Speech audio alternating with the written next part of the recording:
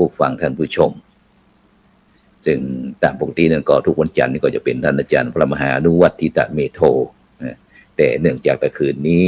โหมงานนักไปหน่อยหนึ่งงานอบตหน่วยอบรมประชาชนประจำตำบลนะจัดที่วัดหนองประคอตะคืนฉะนั้นก็ยังค่อนข้างที่จะเหนื่อย ก็ได้บอกว่าขออันเมตตาท่านอาจารย์พระครูได้อนุเคราะห์สงเคราะห์กำหนึ่งนะฉะนั้นก็จะเนี้ยบรรดาท่านผู้ฟังทั้งหลายนะเผยแพร่ก็ดีเผยแพร่งานก็ดีทำ นี่คือชีวิตนะของพระสงฆ์องค์เจ้าในปัจจุบันนี้นะเพราะว่าในปัจจุบันนี้สังคมโลกของเรานั้นก็กำลังได้รับการท้าทายจากยุคโลกาภิวัตน์นะว่าภัยที่เป็นของแท้บอดแท้นะก็ถ้าบุคคลใดท่านใดที่สามารถที่เข้าใจเข้าถึงตามสภาพสิ่งแวดล้อมก็จะสามารถอยู่ในยุคโลกาภิวัตน์ได้อย่างมีความสุขแต่ถ้าตรงกันข้ามถ้าท่านใดบุคคลใดยังไม่สามารถที่จะทำความเข้าใจกับการเปลี่ยนแปลงของโลกการเปลี่ยนแปลงของธรรมชาติต่างๆเหล่านี้นะก็จะมีแต่ความทุกข์ความลำบากนะฉะนั้นโดยเฉพาะในวันนี้ถือว่าเป็นวันมหามงคลอย่างยิ่งของพระสงฆ์นิกรชาวไทยของเขานะก็คือวันนี้เป็นวันเฉลิมพระชนมพรรษาของพระบาทสมเด็จพระวชิรเกล้าเจ้าอยู่หัวนะในหลวงรัชกาลที่10ของเขานะมีพระชนมายุครบ73พรรษาในวันนี้นะฉะนั้นก็วันนี้นะก็ถึงแม้ฟ้าฝน จะตกโปรยมาตลอดทั้งคืนเนาะแต่พี่น้องในเจ้าวันนี้หลายท่านหลายคนก็ได้ออกไปทำกิจกรรมนะอาจจะไปทำบุญที่วัด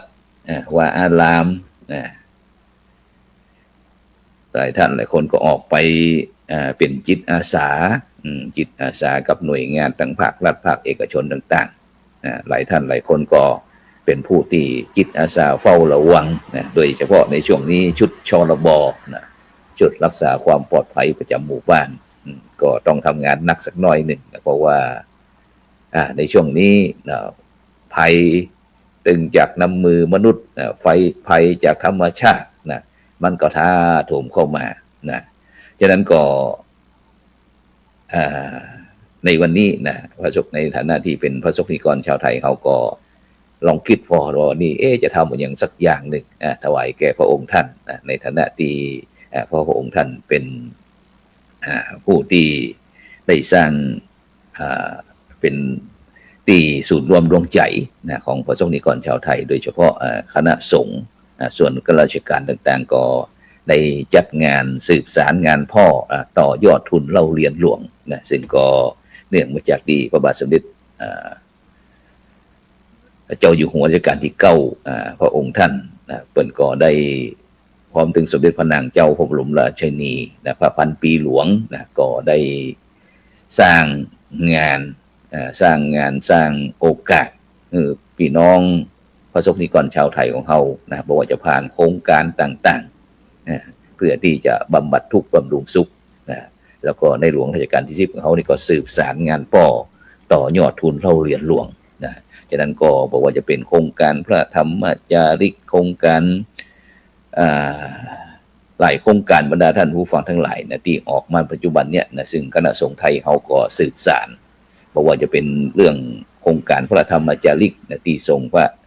ระนักเผยแผ่นะขึ้นไปสู่ยอดภูยอดดอยจากที่ราบสูงเนาะแล้วก็โครงการวัดประชารัฐสร้างสุขโครงการหมู่บ้านรักษาศีล5ต่างๆเหล่านี้บรรดาท่านผู้ฟังทั้งหลายเพื่อที่จะสนองงานของพระองค์ท่านนะซึ่งโดยเฉพาะอย่างโครงการหมู่บ้านรักษาศีล5นี้เป้าหมายของเขาก็คือเรื่องการยกระดับพัฒนาชุมชนหมู่บ้านนะให้อยู่ในศีลกินในธรรม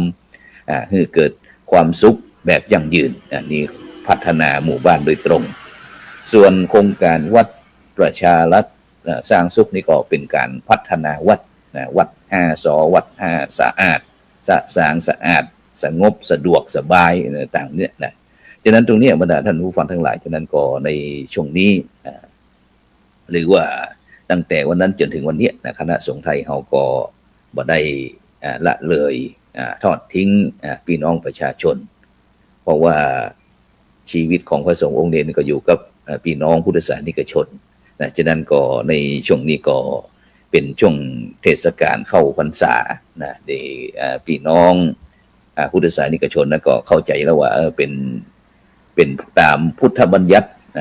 ที่พระพุทธเจ้าได้บัญญัติได้แสดงไว้บอกว่าเนี่ยตั้งแต่แฮม1 ค่ำเดือน10เป็นต้นไป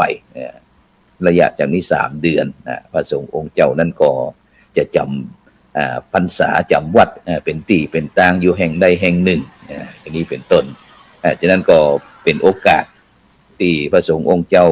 ได้อยู่กับที่กับตางตลอด3 เดือนแล้วพี่น้องพุทธศาสนิกชนพุทธบริษัทต่างๆก็จะได้ถือโอกาสได้เข้าวัดบำเพ็ญบุญบำเพ็ญกุศลหลายท่านหลายคนก็ทุกวันพระนี่นะทุกวันพระหลายท่านหลายคนก็เข้าพรรษาออกพรรษาหลายท่านหลายคนก็อาจจะ15 วันไปเทื่อนึงนี่นะนี่ก็ถือว่าเป็นบุญเป็นกุศลละนะที่ท่านทั้งหลายได้ทำหน้าที่นะโดยสิ่งโดยเฉพาะนะการไปวัดไปวาในปัจจุบันนี้ก็ถ้าโดยเฉพาะอุบาสกอุบาสิกาต่างๆพวกอุ้ยแม่อุ้ยก็อาจจะไม่ค่อยสะดวกเนาะ หลายท่านหลายคนก็ติดตามตั้งฟังธรรมะจากช่องธรรมะเป็นทีมเขาพ้องหรือว่าธรรมะตั้งสถานีวิทยุตั้ง YouTube ตั้ง Facebook ต่างๆซึ่งได้ใช้เทคโนโลยีเข้ามาประยุกต์ใช้ในการดำเนินชีวิตแต่จะได้ก็ตามบรรดาท่านผู้ฟังทั้งหลายแม้ว่าเขาจะเป็นอยู่ที่วัดกาหรือว่าอยู่ที่บ้านกาหรือว่าอยู่ที่ทำงานกาหรือว่าอยู่ในส่วนต่างๆซึ่งถือว่าเป็นการปฏิบัติธรรมทั้งสิ้นการปฏิบัติธรรมเนี่ยเป็นการรักษาดีเดิมแล้วก็เพิ่มเติมดีใหม่รักษาดีเดิมนี่หมายความว่าความดีซึ่งเป็นพื้นฐานนั้นมีอยู่แล้วในจริตในอัธยาศัยของท่านทั้งหลายเอามารักษาไว้แล้วก็ในขณะเดียวกันก็เพิ่มเติมดีใหม่ๆเนี่ยคือมันแก่ชีวิตบอกว่าจะเป็นเรื่องการหือตานรักษาศีลการเจริญจิตภาวนาซึ่งเป็นบันไดไต่ไปสวรรค์หรือว่าศีลสมาธิปัญญาอันเนี้ยเป็นบันไดไต่ถึงซึ่งพระนิพพานฉะนั้นเนี่ยบรรดาพ่อแม่พี่น้องบรรดาท่านผู้ฟังทั้งหลายถ้าท่านหลายคนได้เข้าวัดเข้าว่าเป็นเรื่องปกติเป็นเรื่องธรรมดาฉะนั้นอยากจะถามว่าท่านตั้งหลายเข้าวัดเนี่ยวัดอะไรอย่างท่านตั้งหลายเข้าไปวัดนี่นะที่เขาฮ้องว่าตั้งพระพุทธศาสนาเขาฮ้องว่าวัดนี่นะแต่ทางภาษาบาลีก็เป็นอารามนี่นะเชตวันอารามเชตวันอารามเมในพระเชตวันชื่อว่าอารามต่างๆนี่นะเข้าวัดนะวัดอะไรอย่างสิ่งหลายท่านหลายคนนะคิดพอกันเตยนะอย่างแม่ทองคำพรหมมินทร์เนี่ยแม่ทองคำพรหมมินทร์นะเข้าวัดเขาเข้าวัดอะไรอย่างท่านผู้ฟังท่านผู้ชมลองตอบในใจเขาดูนะจะตรงกับที่พระครูโสพลเฉลยก็เฉลยว่าวัด5 วัดก็คือ1วัดศรัทธา2วัดความสามารถ3วัดบารมี4วัดศักดิ์ศรี5วัดศักดิ์สิทธิ์มีแห่ง5 วัดก่อนจากนั้นเขาเข้าวัดอย่างพ่องตรงจิตตรงใจพ่องก็ 1เขาเข้าวัดอะไรอย่าง1วัดศรัทธา2วัดความสามารถ3วัดบารมี4วัดศักดิ์ศรี5วัดศักดิ์สิทธิ์วัดศรัทธานี่เป็นการวัดจะได้บรรดาท่านผู้ฟังทั้งหลายเป็นการวัดความเชื่อมั่นความเลื่อมใสศรัทธาในพระรัตนตรัยของเราพุทธบริษัททั้งหลายว่ายังมีศรัทธาตั้งมั่นอยู่ก่อหรือว่าศรัทธาคลอนแคลนเป็นศรัทธาเลื่อนเปื้อนหรือว่าศรัทธายกระดับ หรือว่าเป็นศรัทธาตกระดับศรัทธายกระดับนั้นพระพุทธเจ้าตรัสไว้ว่าศรัทธาสาตุปฏิทิตาศรัทธาตั้งมั่นแล้วยังประโยชน์ให้สำเร็จจะได้ก็คือมีความเชื่อมั่นว่าทำดีได้ดีทำบ่ดีก็ได้บ่ดีนรกสวรรค์มีแต่นิพพานมีแต่แม้แต่ไผ่พยายามที่จะจักนำให้เฮามันไขว้เขวไปทางใดเฮาก็บ่ไขว้เขวนะมีความเชื่อมั่นในพระรัตนตรัยในพระพุทธศาสนาเนี่ยเป็นห้องว่าศรัทธายกระดับแล้วก็ศรัทธาติดระดับบ่ใจศรัทธาตกระดับบางท่านบางคนพอมีข่าวเรื่องว่าทรงองค์เจ้าอย่างที่ดังในปัจจุบันนี่นะมีจะนั้นมีจะนี้ไขว้เขวน้อยหนึ่งบางท่านบางคนก็บอกเขาจะเลิกนับถือละเลิกเลื่อมใสละเลิกศรัทธาละบอกไปวัดไปวาละอยู่บ้านอยู่จองอยู่กับตามที่เขาคิดนี่ดีกว่าเขาก็สบายแล้วเนี่ยเป็นห้องว่าศรัทธาตกระดับมีไผ่พ่องเป็นศรัทธาตกระดับอย่างที่อันพระครูโสพลอู้นี้ส่วนวัดที่สองคือวัด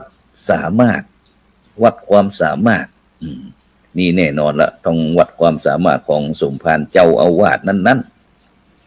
ว่าท่านเนี่ยมีความรู้ความสามารถที่จะพัฒนาวัดวาอารามนะคือเป็นที่เจริญศรัทธาของศรัทธาญาติโยมทั้งหลายได้เพียงใดอย่างที่ได้อูดกี่ว่าวัดห้าซอยนะวัดประชารัฐสร้างสุขนี่นะนี่แหละสะอาดสว่างสงบนี่นะสะดวกสบายเนี่ยห้องวัดห้าซอยแล้วก็ที่สำคัญนอกจากที่วัดความสามารถของสมภารเจ้าอาวาสแล้วก็ยังวัดความสามารถของศรัทธาญาติโยมว่าจะมีกำลังอุปถัมภ์บำรุงวัดวาอารามได้น้อยมากน้อยเพียงใดนี่วัดตึงบ้านวัดตึงวัดเลยนะบ่เอาเปรียบกันแต่ตึงเดี๋ยวก็หาว่าไปเข้าข้างเป็นตัวเจ้าหรือว่าเข้าข้างตัวเจ้าอาวาสกันนี่นะทีนี้เขาวัดทั้งสองด้านเลยส่วนวัดที่สามคือวัดบารมีวัดบารมีเนี่ยหมายถึงวัดบารมีของพระเจ้าพระสงฆ์องค์เนรในวัดนั้นๆว่ามีคุณงามความดีมีศีลมีธรรมมีความดีพอที่จะฮือศรัทธาญาติโยมเลื่อมใสศรัทธาก่อหรือว่าเป็นเนื้อนาบุญมากน้อยเพียงใดนี่วัดบารมี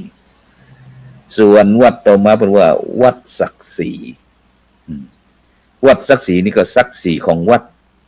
ศักดิ์ศรีของความเป็นพุทธบริษัทศักดิ์ศรีของความเป็นวัดวาอาราม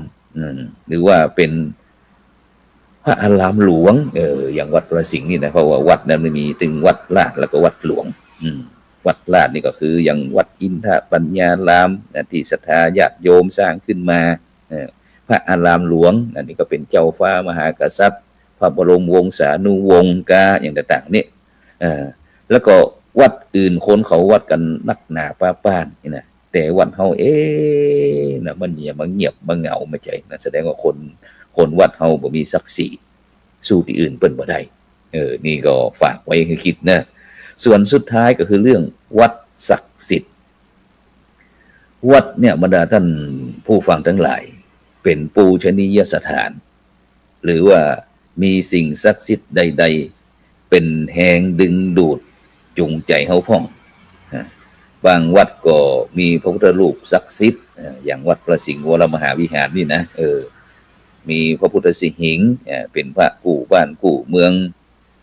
วัดพระธาตุดอยสุเทพมีพระธาตุนี่นะเป็นสิ่งที่เคารพนับถือนะวัดพระพุทธชินราชหลวงพ่อพุทธชินราชอย่างเนี้ยเป็นต้นหรือว่าไปที่วัดสันดอกวัดพระเจ้าเกาตือแล้วก็สิ่งเหล่านี้เป็นว่าวัดมีสิ่งศักดิ์สิทธิ์ก็คือพระพุทธรูปบางวัดพุทธรูปบ่มีชื่อเสียงบ่ศักดิ์สิทธิ์แต่สมภารศักดิ์สิทธิ์ก็คือศักดิ์สิทธิ์ ทำศักดิ์สิทธิ์คิดอะไรอย่างก็ศักดิ์สิทธิ์คิดแล้วแล้วคนเชื่อหันชอบตัวทำให้คนทั้งหลายยอมรับนี่เป็นห้องว่าวัดศักดิ์สิทธิ์ซึ่งศรัทธาญาติโยมทั้งหลายทุกท่านจึงมีความเลื่อมใสศรัทธามาประพฤติปฏิบัติอย่างวัดหลวงปู่ทองวัดลำปึงตะโปธารามกาอินะเป็นสถานที่เข้าปฏิบัติธรรมนะนำกุลบุตรกุลธิดามาลูกหลานตานเต้ามาบรรพชาบทสมบทนะสืบต่ออายุพระพุทธศาสนาต่อเนื่องกันมาเป็นเวลาหมื่นเนี่ยเป็นห้องว่าวัดศักดิ์สิทธิ์ฉะนั้นแต่สิ่งที่สำคัญที่สุดพระพุทธศาสนาพระพุทธศาสนาก็คือแปลว่าศาสนาแห่งผู้รู้ผู้ตื่นนะผู้เบิกบานศาสนาเป็นศาสนาแห่งปัญญาบ่ใจศาสนาแห่งความเข้าเบาปัญญาหูก็คือฉลาดคนฉลาดก็ย่อมจะเนี่ยทำให้วันเวลานั้นให้มันมีคุณค่านะบ่ปล่อยวันเวลาให้มันล่วงไปบ่ได้นะซึ่งตะกี้นั้นได้นำบทกลนะที่หลวงตาแพรเยื่อไม้นะแห่งวัดประยุรวงศาวาสเพิ่นบอกว่าอันเงินทองหล่นหายย้อนไปหายังมีท่าหวังพบประสบสมแต่คืนวันผ่านไปไม่ปราลมจะนิยมย้อนหลังอย่าหวังเลยเพราะฉะนั้นเนี่ยบรรดาท่านผู้ฟังทั้งหลายวันเวลาผ่านแล้วผ่านเลยผ่านแล้วผ่านเลยบ่ย้อนกลับมาทำอย่างไรวันเวลาที่ล่วงไปแล้วซึ่งพี่น้องสาธุชนทั้งหลายจะได้ประโยชน์จากมันซึ่งเฮาท่านทั้งหลายก็ต้องรู้จักชกช่วยเอาสาระจากวันเวลานั้นให้ได้ยกตัวอย่างที่ในช่วงเข้าพรรษานี่ถึง8 ค่ำ15 ค่ำในแฮมบอกกี่วันนี่วันที่2นี่ก็จะเป็นวันพระแฮม8 ค่ำออก8 ค่ำมันจะเดือนแฮมนี่เพราะว่าวันพระที่แล้วนี่ผ่านไปแล้วนะผ่านไปเมื่อกี่วันมานี่ปุ่นวันที่2นี่ก็จะเป็นออกเป็นเดือน11ออกหรือว่าเดือน9ใต้เดือน11เหนืออีเนาะนะซึ่งเฮาท่านทั้งหลายนะจะต้องรู้จักเอาสาระแก่นสารจากวันนั้นให้ได้นะอย่างวันพระนะแม้แต่วันพระก่อนๆแล้วก็วันพระถัดไปที่จะถึงนี้นะศรัทธาญาติโยมทั้งหลายได้ทำวันพระให้เป็นวันพระทำวันพระให้เป็นวันเพราะทำวันพระให้เป็นวันเพ็ญเนี่ยเป็นวิสัยของผู้ฉลาดเป็นผู้รู้ผู้ตื่นผู้เบิกบานหรือว่าเป็นพุทธบริษัททำวันพระให้เป็นวันพระก็คือเป็นวันประเสริฐเพราะว่าพระหรือว่าวละแปลว่าประเสริฐเป็นวันที่พุทธบริษัททั้งหลายจะว่างเว้นจากภัยบ่คิดให้บ่อู้ให้บ่ทำร้ายคิดแต่ดีอู้ดีทำแต่ดีวันพระจึงวันเป็นวันที่ประเสริฐ7 วันเฮาก็จะได้ถือโอกาสมาทบทวนกันครั้งหนึ่งเพิ่มเติมความดีความงามกันครั้งหนึ่งอย่างที่มันผิดมันพลาดเฮาก็สามารถที่นำมาพินิจพิจารณาแล้วก็แก้ไขอย่างที่เป็นห้องว่าทำวันพระให้เป็นวันพระส่วนทำวันพระให้เป็นวันเพาะตรงนี้ก็สำคัญเหมือนกันหลายท่านหลายคนเข้าพรรษานี่ก็ตั้งจิตตั้งใจว่าตลอดพรรษานี่นะตุลุงพระอาจารย์นะ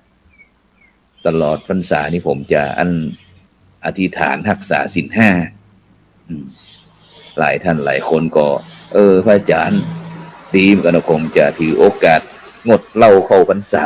นะหลายท่านหลายคนผมจะมานอนวัดตลอดพรรษาเนี่ยเป็นการเพาะบุญเพาะกุศลเพาะคุณงามความดีคือมันงอกเงยคือมันงอกงามคือมันเกิดขึ้นในจิตในใจของท่านทั้งหลายทำวันพระให้เป็นวันเพราะส่วนทำวันพระให้เป็นวันเพ็ญก็คือเรื่องเพิ่มพูนสติปัญญาเพ ราะสติปัญญาเนี่ยเปรียบเหมือนมีก้าประดุจเพชรเพราะฉะนั้นการฟังธรรมเหมือนสร้างธรรมให้แก่ใจฟังไปเกิดความหูสุดสู่สังเพราะใจเฮาเปรียบเหมือนเสือธรรมะเปรียบเสมือนธรรมที่คอยกำบังหูเฮาฟังใจเฮาฟิตจิตสบายเพราะฉะนั้นเนี่ยบรรดาท่านผู้ฟังทั้งหลายนะคือเป็นเหตุให้ท่านทั้งหลายได้เสริมธรรมเสริมปัญญากันซึ่งคำว่าเสริมธรรมก็คือเสริมคุณงามความดีเสริมปัญญาก็คือเสริมความรู้เนี่ยเป็นวิสัยของผู้รู้ผู้ฉลาดนะบ่ทำสิ่งตรงกันข้ามอย่างทำวันพระคือเป็นวันพิษทำวันพระคือเป็นวันแปะทำวันพระคือเป็นวันเพ้ออีนะนี่เป็นต้นส่วนทำวันพระให้เป็นวันพิษนี่ขยายหน่อยว่าเป็นวันแห่งการเบียดเบียนเป็นวันที่เอาหัดเอาเปรียบประหารกันทำร้ายล้างซึ่งกันและกันวันเวลาก็มีปิดมีภัยทุกมีตุกมีโตดอย่างที่แถวชายแดนของเฮาในปัจจุบันเนี่ยบรรดาท่านผู้ฟังทั้งหลายเนี่ยทำให้ความเป็นพี่เป็นน้องเป็นเปื้อนร่วมโลกนะต้องมาประหารกันแล้วก็ทำวันพระให้เป็นวันแปรก็คือแปรต่ออำนาจของความกิเลสความโลภความโกรธความหลงทำให้เสีย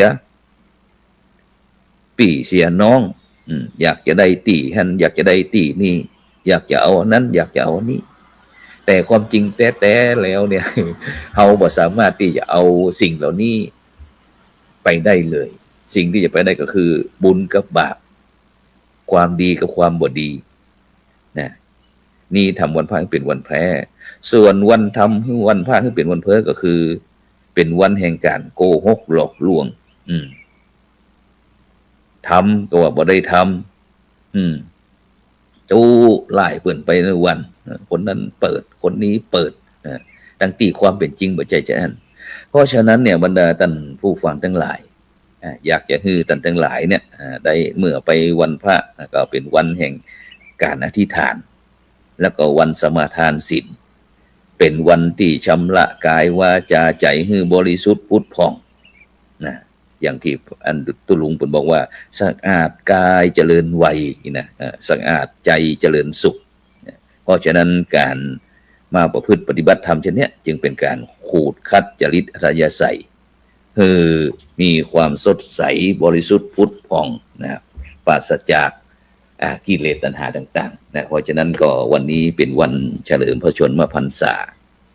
ของพระบาทสมเด็จพระวชิรเกล้าเจ้าอยู่หัวนะก็อยากจะเชิญชวนพี่น้องพระสงฆ์นิกรชาวไทยนะทุกหมู่